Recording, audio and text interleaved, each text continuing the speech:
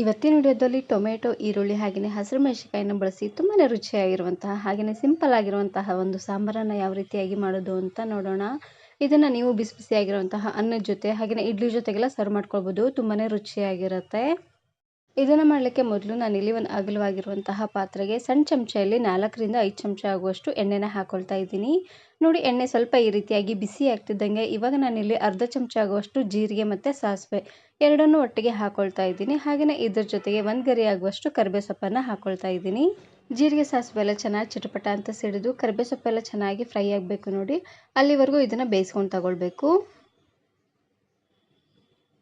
ನೋಡಿ, ಜೀರಿಗೆ ಸಾಸಿವೆ ಎಲ್ಲ ಚೆನ್ನಾಗಿ ಈ ರೀತಿಯಾಗಿ ಸಿಡಿದಾದ್ಮೇಲೆ ಇವಾಗ ನಾನಿಲ್ಲಿ 2 ಹಸಿರು ಮೆಣಸಿನಕಾಯಿನ ಈ ರೀತಿಯಾಗಿ ಮಧ್ಯಕ್ಕೆ ಸೀಳಿ ಹಾಕೊಳ್ತಾ ಇದ್ದೀನಿ.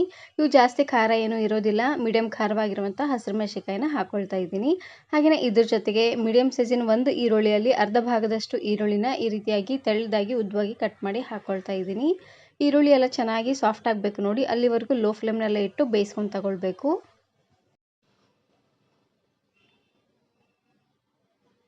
ಆದಷ್ಟು ಉರಿನ ಪೂರ್ತಿಯಾಗಿ ಲೋ ಫ್ಲೇಮ್ನಲ್ಲೇ ಇಟ್ಟು ಬೇಯಿಸ್ಕೊಂಡು ತಗೊಳ್ಳಿ. ಇಲ್ಲಾಂದರೆ ಈರುಳ್ಳಿ ಎಲ್ಲ ಬೇಗ ಕೆಂಪಾಗಿಬಿಡುತ್ತೆ. ಹಾಗಾಗಿ ನೋಡಿ, ಈ ರೀತಿಯಾಗಿ ಸ್ವಲ್ಪ ಇದು ಸಾಫ್ಟ್ ಆಗ್ತಿದ್ದಂಗೆ ಇವಾಗ ನಾನಿಲ್ಲಿ ಮೀಡಿಯಂ ಸೈಜಿನ 3 ಟೊಮೆಟೊನ ಹಾಕೊಳ್ತಾ ಇದ್ದೀನಿ. ಆದಷ್ಟು ನಾಟಿ ಟೊಮೆಟೊನ ಹಾಕೊಳ್ಳಿ, ಹುಳಿ ಹುಳಿಯಾಗಿ ತುಂಬಾ ಚೆನ್ನಾಗಿರುತ್ತೆ. ಟೊಮೆಟೊ ಬೇಗ ಸಾಫ್ಟ್ ಆಗಲಿ ಅಂತ ಇದಕ್ಕೆ ನಾನಿಲ್ಲಿ ರುಚಿಗೆ ತಕ್ಕಷ್ಟು ಉಪ್ಪನ್ನು ಹಾಕ್ಕೊಂಡು ಬೇಯಿಸ್ಕೊಳ್ತಾ ಇದ್ದೀನಿ. ಉಪ್ಪನ್ನು ಹಾಕಿ ಬೇಯಿಸೋದ್ರಿಂದ ಟೊಮೆಟೊ ಬೇಗನೆ ಸಾಫ್ಟ್ ಆಗುತ್ತೆ. ಹಾಗಾಗಿ ಉಪ್ಪನ್ನು ನೋಡ್ಕೊಂಡು ಹಾಕ್ಕೊಳ್ಳಿ, ಆಮೇಲೆ ಬೇಕಿದ್ದರೂ ಹಾಕ್ಕೊಳ್ಳಿಕ್ಕೆ ನಡೆಯುತ್ತೆ. ಇವಾಗ ಟೊಮೆಟೊ ಎಲ್ಲ ಪೂರ್ತಿ ಸಾಫ್ಟ್ ಆಗೋವರೆಗೂ ಉರಿನ ಪೂರ್ತಿಯಾಗಿ ಲೋ ಫ್ಲೇಮ್ನಲ್ಲೇ ಇಟ್ಟು ಬೇಯಿಸ್ಕೊಂಡು ತಗೊಳ್ಬೇಕು.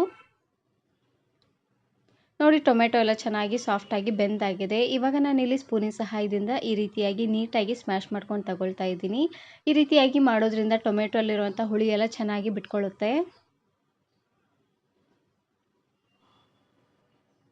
ನೋಡಿ, ಟೊಮೆಟೊ ಎಲ್ಲ ಸಾಫ್ಟಾಗಿ ಚೆನ್ನಾಗಿ ಬೆಂದಾದಮೇಲೆ ಲಾಸ್ಟಲ್ಲಿ ಇವಾಗ ನಾನು 1 ಚಮಚ ಆಗುವಷ್ಟು ಅಚ್ಕಾರದ ಪುಡಿನ ಹಾಕ್ಕೊಳ್ತಾ ಇದ್ದೀನಿ. ನಾನಿಲ್ಲಿ ಹಸಿರು ಮೆಣಸಿನಕಾಯಿನೂ ಹಾಕ್ಕೊಂಡಿದ್ದೀನಿ ನೋಡಿ, ಹಾಗಾಗಿ 1 ಚಮಚ ಆಗುವಷ್ಟು ಅಚ್ಕಾರದ ಪುಡಿನ ಹಾಕ್ಕೊಳ್ತಾ ಇದ್ದೀನಿ. ನಿಮ್ಮ ಖಾರಕ್ಕೆ ಎಷ್ಟು ಖಾರ ಬೇಕೋ ಅಷ್ಟು ಖಾರನ ನೀವು ಇಲ್ಲಿ ಹಾಕ್ಕೊಳ್ಬೋದು. ನೋಡಿ, ಖಾರ ಪುಡಿನ ಹಾಕ್ಕೊಂಡು ಜಸ್ಟ್ ಒಂದು ಸಾರ್ತಿ ಈ ರೀತಿಯಾಗಿ ಚೆನ್ನಾಗಿ ಇದನ್ನು ಮಿಕ್ಸ್ ಮಾಡ್ಕೊಂಡು ತಗೊಳ್ಳಿ.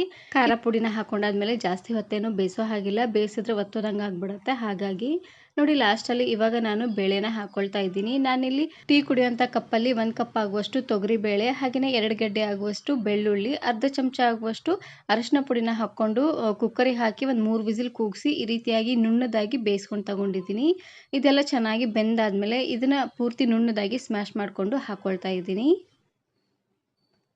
ನೋಡಿ, ಬೇಳೆನ ಹಾಕ್ಕೊಂಡಾದ್ಮೇಲೆ ಇದಕ್ಕೆ ನಾನಿಲ್ಲಿ 2 ಗ್ಲಾಸ್ ಆಗುವಷ್ಟು ನೀರನ್ನು ಹಾಕ್ಕೊಳ್ತಾ ಇದ್ದೀನಿ. ಕುಕ್ಕರಲ್ಲಿ ಸ್ವಲ್ಪ ಬೇಳೆ ಇತ್ತು ನೋಡಿ, ಅದಕ್ಕೆ 1 ಗ್ಲಾಸ್ ಆಗುವಷ್ಟು ನೀರನ್ನು ಹಾಕ್ಕೊಂಡು ಅದಾದಮೇಲೆ ಇನ್ನೂ 1 ಗ್ಲಾಸ್ ಆಗುವಷ್ಟು ನೀರನ್ನು ಹಾಕ್ಕೊಂಡು ಬೇಯಿಸ್ಕೊಳ್ತಾ ಇದ್ದೀನಿ.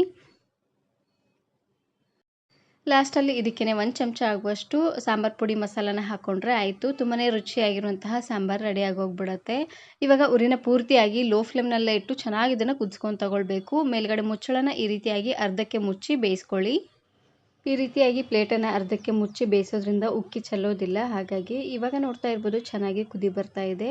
ನೋಡಿ, ಕುದಿ ಬರೋಂಥ ಟೈಮಲ್ಲಿ ಒಂದು ಸಾರ್ತಿ ಈ ರೀತಿಯಾಗಿ ಚೆನ್ನಾಗಿ ಇದನ್ನು ಮಿಕ್ಸ್ ಮಾಡಿಕೊಂಡು ರುಚಿ ನೋಡಿ, ಉಪ್ಪೇನಾದರೂ ಕಡಿಮೆ ಅಂತ ಅನಿಸಿದ್ರೆ ಇನ್ನು ಸ್ವಲ್ಪ ಉಪ್ಪನ್ನು ಹಾಕ್ಕೊಂಡು ಬೇಯಿಸ್ಕೊಳ್ಳಿ.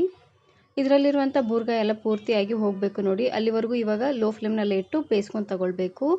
ಇದನ್ನು ನೀವು ಬಿಸಿ ಬಿಸಿಯಾಗಿರುವಂತಹ ಅನ್ನದ ಜೊತೆಗೆ ಹಾಗೆಯೇ ಇಡ್ಲಿ ಜೊತೆಗೆಲ್ಲ ಸರ್ವ್ ಮಾಡ್ಕೊಳ್ಬೋದು. ತುಂಬಾ ಚೆನ್ನಾಗಿರುತ್ತೆ. ನಾನು ಇದೇ ರೀತಿ ಬಹಳಷ್ಟು ವೆರೈಟಿ ಆಗಿರುವಂತಹ ಸಾಂಬಾರ್ ರೆಸಿಪೀಸ್ನ ಅಪ್ಲೋಡ್ ಮಾಡಿದ್ದೀನಿ. ವಿಡಿಯೋ ನೋಡಿಲ್ಲ ಅಂದರೆ ಈ ವಿಡಿಯೋ ಕೊನೆಯಲ್ಲಿ ಹಾಕಿರ್ತೀನಿ, ನೋಡಿ ಚೆಕ್ ಮಾಡಿ.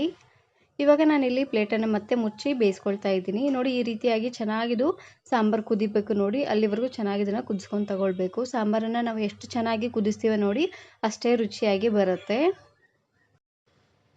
ದಿನಾಲೂ ಒಂದೇ ರೀತಿಯಾಗಿ ತರಕಾರಿ ಸಾಂಬಾರೆಲ್ಲ ತಿಂದು ಬೇಜಾರಾಗಿದ್ದರೆ ಖಂಡಿತ ಈ ರೆಸಿಪಿನ ಟ್ರೈ ಮಾಡಿ. ತುಂಬಾ ಚೆನ್ನಾಗಿರುತ್ತೆ ಅಂತಲೇ ಹೇಳ್ಬೋದು. ಈ ವಿಡಿಯೋ ಇಷ್ಟ ಆದರೆ ಈಗಲೇ ಒಂದು ಲೈಕ್ ಬಟನನ್ನು ಕ್ಲಿಕ್ ಮಾಡಿ, ಫ್ರೆಂಡ್ಸ್ ಆ್ಯಂಡ್ ಫ್ಯಾಮಿಲಿ ಜೊತೆಗೆ ಶೇರ್ ಮಾಡಿ. ಹಾಗೆಯೇ ಮತ್ತಷ್ಟು ಹೊಸ ರೆಸಿಪಿಗಾಗಿ ವರ್ಣಿಕಾ ಅಡುಗೆ ಮನೆ ಯೂಟ್ಯೂಬ್ ಚಾನಲನ್ನು ಸಬ್ಸ್ಕ್ರೈಬ್ ಮಾಡ್ಕೊಳ್ಳಿ. Thank you. Thanks for watching.